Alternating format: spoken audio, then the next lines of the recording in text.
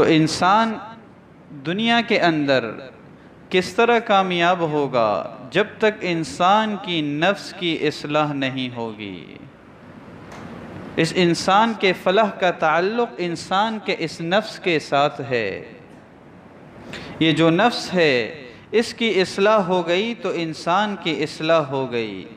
اسی لیے قرآن کریم کے اندر سب سے زیادہ قسمیں کھائی ہے اور پھر فرمایا قد افلح من زکاہا، کہ جب یہ نفس ستھرا ہو جائے گا تو انسان خود بخود سارے اعمال انسان کے شریعت کے مطابق ہو جائیں گے۔ شیطان تھا، عزازیل اس کا نام تھا، اس نے آسمانوں پر طاؤوس الملائکہ اس کا لقب تھا، اس نے آسمانوں پر کون سی ایسی جگہ تھی کہ جہاں عبادت نہ کی ہو، سب کچھ شیطان نے کیا تھا، لیکن شیطان کو بھٹکانے والا کون تھا؟ شیطان کو بھٹکانے والا کوئی شیطان نہیں تھا، بلکہ یہی انسان کا نفس تھا کہ شیطان کو جو بھٹکایا اس کے نفس نے بھٹکایا تھا۔ تو انسان کا پہلا دشمن انسان کا نفس ہے۔ یہ اگر کنٹرول میں ہو جائے تو شیطان خود بخود کنٹرول میں ہو جائے گا۔ یہ شیطان کا معاون ہوتا ہے ہر کام کے اندر۔ انسان اپنے نفس کو کنٹرول کر لے تو شیطان خود بخود کنٹرول ہو جائے گا۔ تو جب تک انسان اگر کامیابی چاہتا ہے تو انسان اپنے نفس کی اصلاح کرے۔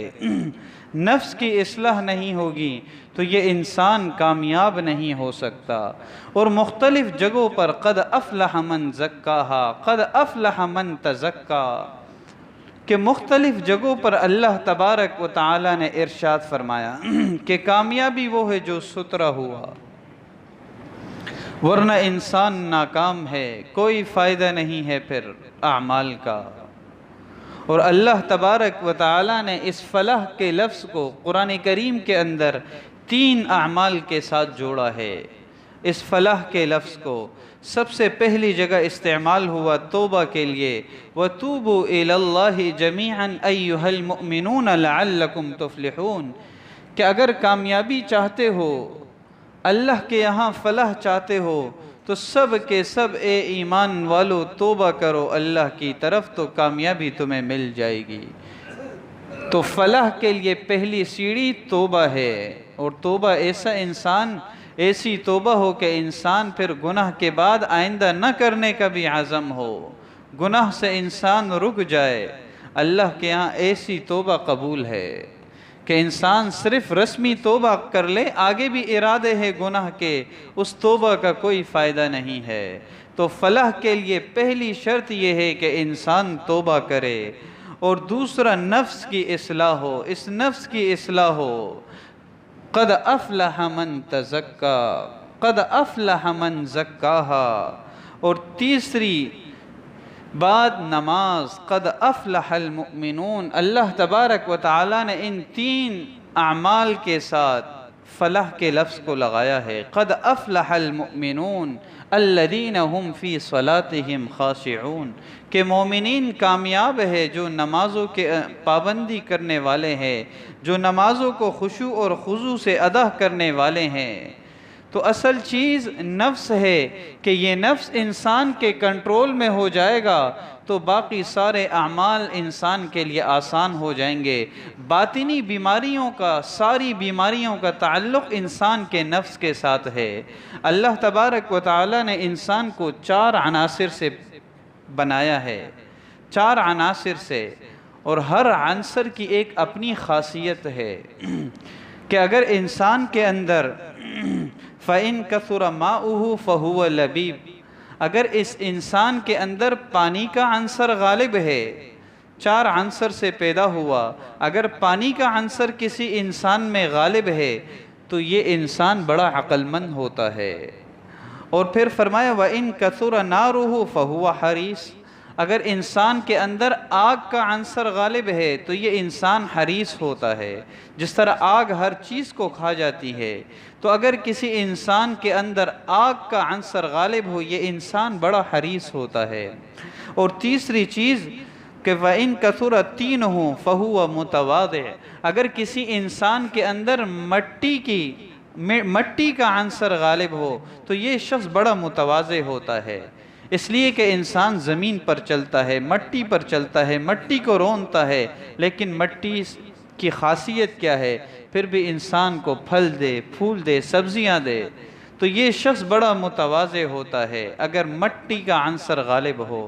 اور چوتھی چیز وَإِن كَثُرَ رِيحُهُ فَهُوَ مُتَكَبِّرٌ، اگر اس انسان کے اندر ہوا کا عنصر غالب ہو تو یہ انسان متکبر ہوتا ہے، ہوا ہر چیز کو اڑاتی ہے، تو یہ انسان اگر کسی انسان کے اندر یہ عنصر غالب ہو تو انسان بڑا متکبر ہوتا ہے۔ متکبر آدمی اپنے آپ کو بڑا سمجھتا ہے لیکن وہ لوگوں کی نظر میں حقیر ہوتا ہے۔ متکبر یہ سمجھتا ہے جیسے پہاڑ کی چوٹی پہ ایک آدمی ہو، وہ اپنے آپ کو بلندیوں پر سمجھتا ہے لیکن نیچے کے لوگوں کو وہ چھوٹا نظر آتا ہے۔ یہ جو بھی متکبر ہوتا ہے اللہ لوگوں کے دلوں سے اس کی عزت کو نکال دیتے ہیں۔ تو یہ بیماریاں، روحانی بیماریاں انسانوں کے اندر ہے، لیکن اس کو کنٹرول کرنے کے لیے انسان اپنے نفس کو کنٹرول کرے۔ ان تمام باطنی بیماریوں کا تعلق انسان کے نفس سے ہے۔ اللہ تبارک و تعالی نے قرآن کریم کے اندر مختلف ان باطنی بیماریوں کا ذکر کیا اور ساتھ میں نفس کا ذکر کیا کہ ان سب کا تعلق نفس کے ساتھ ہے۔ اگر شہوات کو لے لیں تو شہوات کا تعلق بھی انسان کے نفس کے ساتھ ہے۔ وَلَكُمْ فِيهَا مَا تَشْتَهِي أَنفُسُكُمْ وَلَكُمْ فِيهَا مَا تَدَّعُونَ، کہ جنت کا ذکر کیا، وہاں جو تمہارا نفس چاہے گا تمہیں ملے گا۔ تو شہوات کا تعلق انسان کے نفس کے ساتھ ہے۔ اور دوسری چیز بخل اور حرص، وَأُحْضِرَتِ الْأَنفُسُ الشُّحَّ، کہ نفوس کے سامنے موجود ہے حرص، تو یہ حرص کا تعلق، بخل کا تعلق یہ بھی انسان کے نفس کے ساتھ ہے۔ اسی طریقے سے حسد من عند انفسہم، کہ ان کے دلوں میں حسد ہے، ان کے نفوس کے اندر، تو حسد کا تعلق بھی انسان کے نفس کے ساتھ ہے۔ تکبر، لقد استکبروا فی انفسہم، تکبر کا تعلق بھی انسان کے نفس کے ساتھ ہے۔ تو جتنی بھی باطنی بیماریاں ہیں ان سب کا تعلق انسان کے نفس کے ساتھ ہے۔ جب تک اس نفس کی اصلاح نہیں ہوگی انسان کبھی کامیاب نہیں ہو سکتا، انسان کبھی ان بیماریوں سے اپنے آپ کو بچا نہیں سکتا، چاہے تکبر کی بیماری ہو، چاہے حرص کی بیماری ہو، چاہے بخل کی بیماری ہو، چاہے غیبت کی بیماری ہو، چاہے جھوٹ کی بیماری ہو، جتنی بھی برائیاں ہیں، جتنی بھی باطنی بیماریاں ہیں، سب کا تعلق انسان کے نفس کے ساتھ ہے۔ اگر اس نفس کی اصلاح ہو گئی تو فرمایا قد افلح من زکاہا۔ رب کریم قرآن کریم کے اندر قسمیں کھا کر ارشاد فرما رہے ہیں جب نفس کی اصلاح ہو گئی تو ایسا شخص کامیاب ہوا۔ قد افلح من تزکا، ایسے شخص کے لیے کامیابی ہے۔ جب تک نفس کی اصلاح نہیں ہوگی، نفس کے اندر بیماریاں ہوں تو انسان کو کیسے پتہ چلے گا؟ اگر طبی بیماری ہوتی ہے انسان کو پتہ چل جاتا ہے، معالج کے پاس جاتا ہے، ڈاکٹر کے پاس جاتا ہے، ایکس رے کراتا ہے، خون ٹیسٹ کراتا ہے اور ٹیسٹ کراتا ہے، انسان کو پتہ چل جاتا ہے یہ انسان کی بیماری ہے۔ لیکن نفس کی بیماریوں کا انسان کو کیسے پتہ چلے گا؟ علامہ ابن قیم رحمۃ اللہ علیہ نے چند علامات بتلائی ہے کہ اگر یہ علامات انسان کے اندر ہو تو سمجھ لے کہ اس کا نفس بیمار ہے، اپنے نفس کا انسان پھر علاج کرے۔ وہ کیا علامات بتلائی ہے کہ جب انسان فانی چیزوں کو باقی چیزوں پر ترجیح دینے لگے کہ دنیا فانی ہے، یہ دنیا دار الفنا ہے، اس کی ہر چیز کو فنا ہے، اور آخرت کی ساری چیزیں وہ بقا ہے۔ اصل گھر آخرت کا گھر ہے، وہاں ہمیشہ رہنا ہے۔ جب انسان اس دنیا کی فانی چیزوں کو ان باقی اشیاء پر ترجیح دینے لگے تو سمجھ جائے انسان کا نفس بیمار ہے، دنیا کے گھر بنانے میں لگ گیا، آخرت کا گھر بنانا چھوڑ دیا۔ یہ انسان کا نفس بیمار ہے۔ صبح سے انسان اٹھتا ہے، رات تک انسان اپنے آپ کو تھکاتا ہے دنیا کے گھر کے لیے، آخرت کے گھر کو آباد کرنا بھول گیا۔ جب آخرت کے گھر کے آباد کا وقت ہوتا ہے، رات کا، تہجد کا، یہ انسان سو رہا ہوتا ہے۔ فرمائے جب دنیا کے فانی چیزوں کو یہ باقی اشیاء پر جو ہمیشہ رہنے والی اشیاء ہے اس پر ترجیح دینے لگے، تو فرمایا ایسے شخص کو نفس کی اصلاح کی ضرورت ہے کہ ایسا شخص اپنے نفس کی اصلاح کرے۔ اور دوسری علامت کہ انسان کا رونا بند ہو جائے، رب کے سامنے آنسو ہی نہ نکلے، نہ انسان کا دل روتا ہو، نہ انسان کی آنکھیں روتی ہو۔ انسان گناہ کر کر کے اتنا انسان کا دل سخت ہو چکا، اشد قسوۃ من الحجارہ، پتھر سے زیادہ انسان کا دل سخت ہو چکا۔ یہ پتھر بھی اللہ کی ہیبت سے لرز جاتے ہیں، لیکن یہ انسان کا دل بڑے بڑے گناہ کر لیتے ہیں، کوئی پرواہ نہیں ہوتی، ایک آنسو نہیں نکلتا۔ یہ انسان کی نفس کی اصلاح، یہ انسان کا نفس بیمار ہے، انسان اس کی اصلاح کرے۔ یہ بھٹکا ہوا ہے، یہ سیدھے راستے پر نہیں ہے، انسان اصلاح کی فکر کرے۔ اور تیسرا، مخلوق سے ملنے کی تمنا ہو، رب سے ملنے کی تمنا نہ ہو، رب سے ملنے کی تمنا نہ ہو۔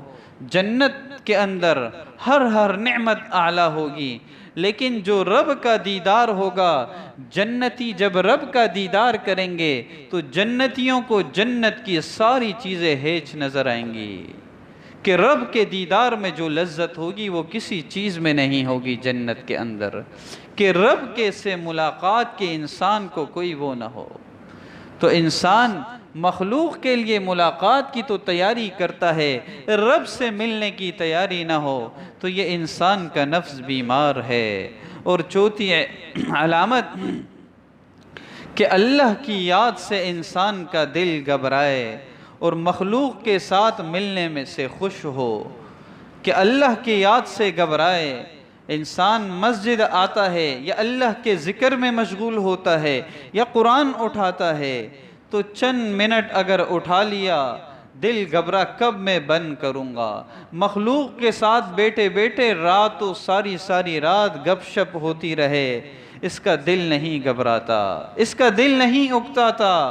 فرمائیں ایسے لوگ اپنے نفوس کی اصلاح کرے، یہ کامیابی ویسی نہیں مل سکتی، یہ کامیابی کا تعلق اس نفس کی اصلاح کے ساتھ ہے کہ عبادات کے اندر ذکر و اذکار میں اگر مشغول ہو، مسجد کی طرف آنے کو جی نہیں چاہ رہا، بیٹھے ہوئے محفلوں میں، ہوٹلوں میں بیٹھے ہوئے ہیں، گھنٹوں بیٹھے ہوئے ہوں گے، ساری رات موبائل فون پر انٹرنیٹ کو دینا آسان ہوگا، لیکن رب کے سامنے 2 رکعت پڑھنی مشکل ہوگی۔